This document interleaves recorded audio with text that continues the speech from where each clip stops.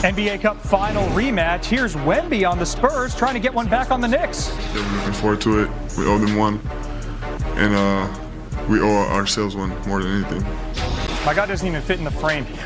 Averaging 32 points per game against the Knicks, best of any opponent. And here Stephon Castle just lobs. Dude dunks down. Come on, man. That's how we do it at Metropolitan 92. Spurs, though, down 10 at the half. What? Yeah, they've lost 2 in a row trying to get right. Early fourth quarter, hearts in throats in San Antonio. Wemby goes for the offensive rebound and hyperextends that long leg, holding the front of the knee. We just saw Nikola Jokic. A similar aesthetic. I know it's a complicated joint, a lot going on in there, but you automatically worry about the worst and hope for the best. Wemby limped back to the locker room, didn't return to the game, but did return to the bench with his warm-ups on, which I have as encouraging. He went for 31 and 13 in 24 minutes. Was playing a heck of a game. You'd think, though, then the Knicks would just run away with it. Jalen Brunson floater, he had 29 and 8. New York's up 7. But Trev, it's New Year's Eve, and the Spurs are popping champagne. Julian Champagnie. Cheers. Less than a minute later, Champagnie uncorked. He set a franchise record with 11 threes. He shot 11 for 17 from the floor. Every attempt was from beyond the arc. A career-high 36. Knicks down 4, 3 minutes left. Miles McBride calling a 3. He had 21 off the bench. New York's within 1. But the other half of the big man duo with Wemby, they call French vanilla. Luke Cornett gets that to go. Spurs win by 2, snapping a 2-game skid. Here's Wemby on that knee post-game. Feeling good, just sore, very confident. Did they done any testing on it back there? Was that already as much as we have here, yeah. But makes you confident, optimistic. Yeah, I was confident. I mean, it was this close to coming back in the game, but they had to hold me back. I know when it hurt, but it was the good thing. It was just a hyperextension, so it should be minimal, whatever the thing is. But we're gonna do everything tomorrow still to check that everything's okay.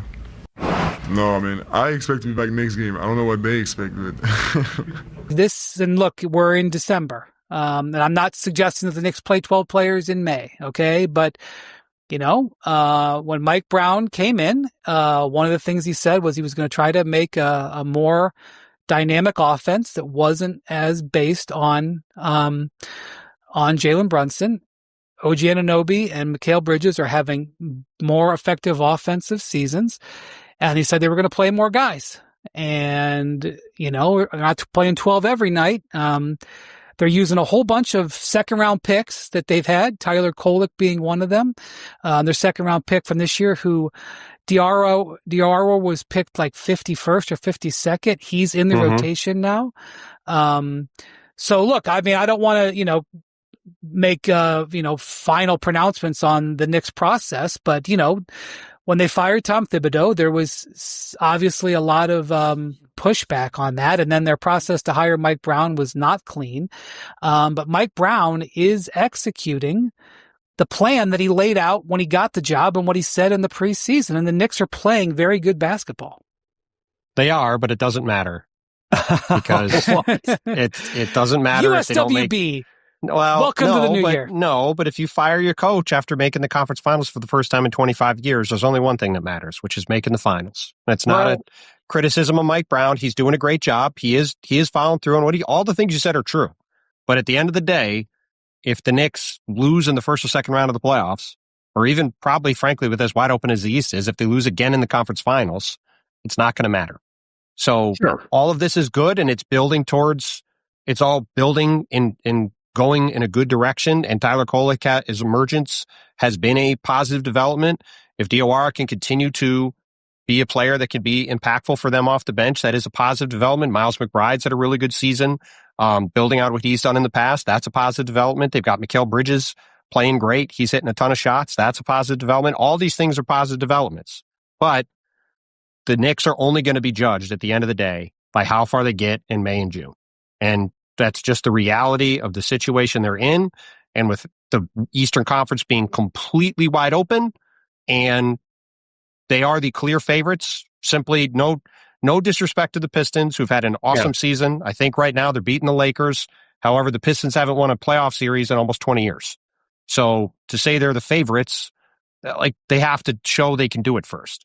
The Knicks have won a playoff series 3 years in a row. They just made the conference finals. They have a bunch of playoff-tested players. They have a coach who's gotten to the finals, who's been on the staff of a championship-winning team.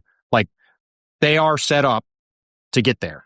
So they're building all the right habits. They're doing all the right stuff. Mike Brown's following through on what he said. All that is 100% true, but it's going to only matter if these guys are playing against Oklahoma City or San Antonio or whoever in the first week of June in the finals. Yes, but the development of a reliable bench is a pretty key factor in their chances of doing certainly that. Helping, no question. Been a glaring weakness, and Miles McBride missing that time might end up being a blessing in disguise because it opened up opportunity for Tyler Kolek, who proved that he, without question, is ready to be a contributor in the rotation. I would say Jordan Clarkson's been what you expected Jordan Clarkson to be, and that's a guy who's, some nights he's going to light it up off the bench, some nights he might not have it, but he's at least a scoring threat off the bench.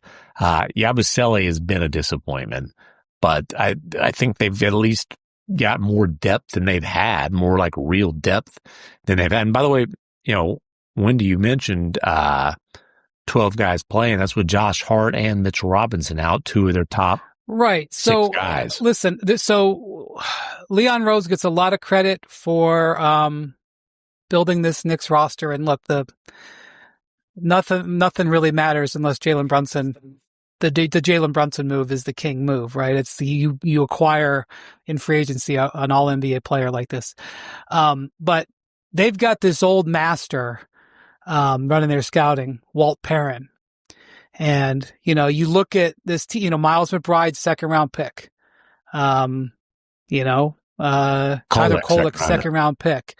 I don't want to say Mohamed Diarra is like, going to all of a sudden just be a rotation player, but he, 2nd round pick.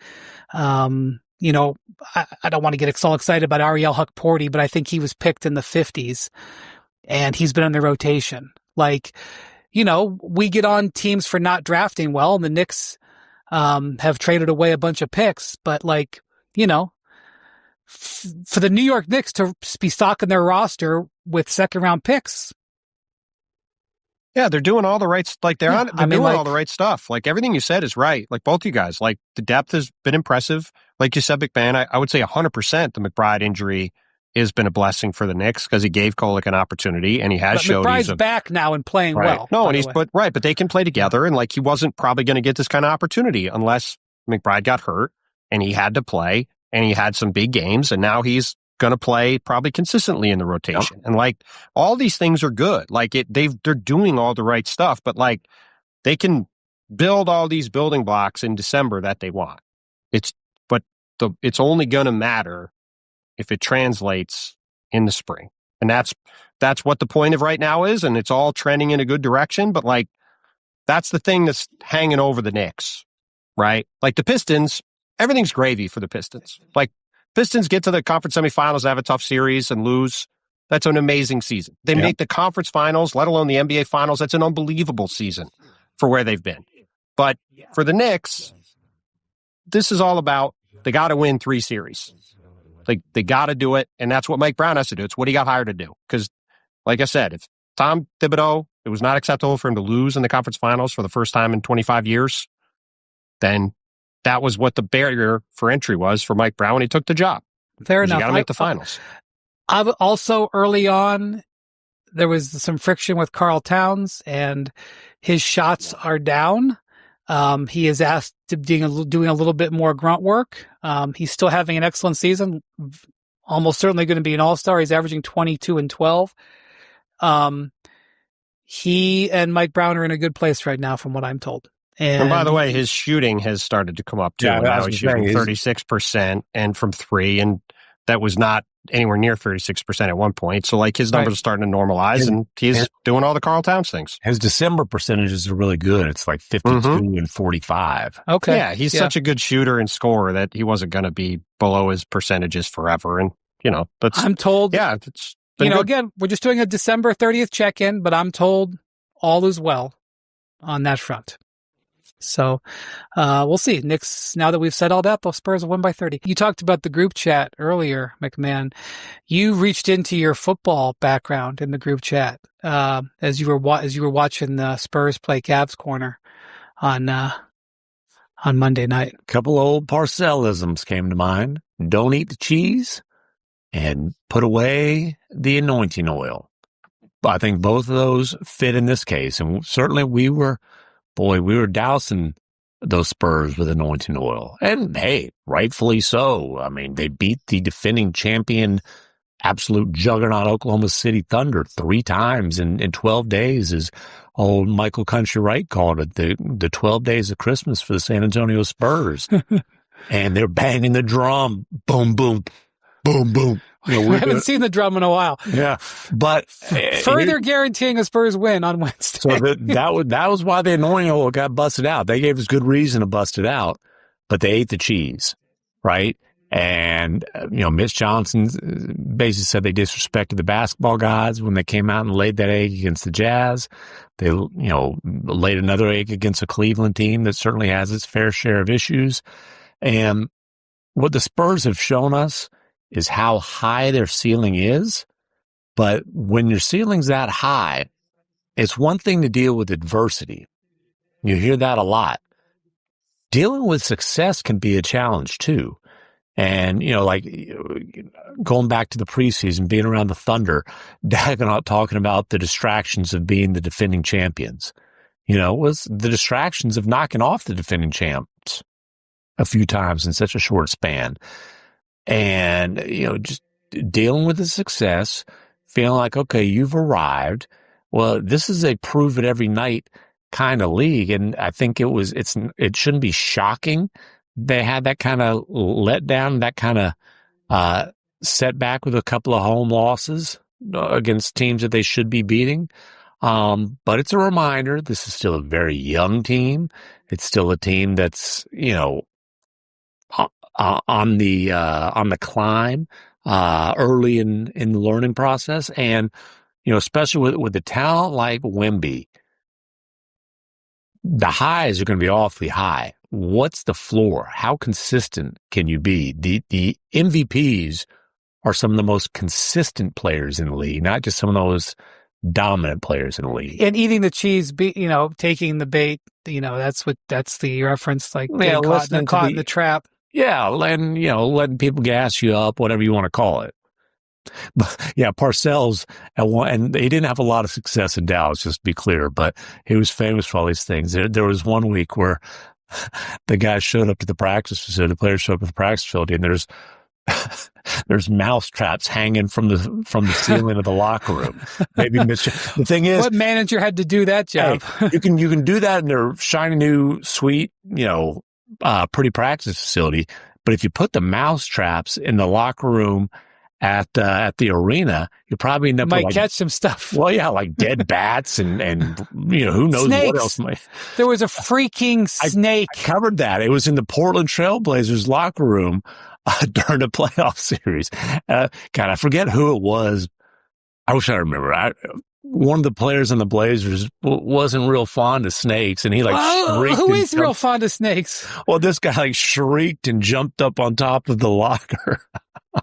Wait, were you in there when they saw the snake? No, but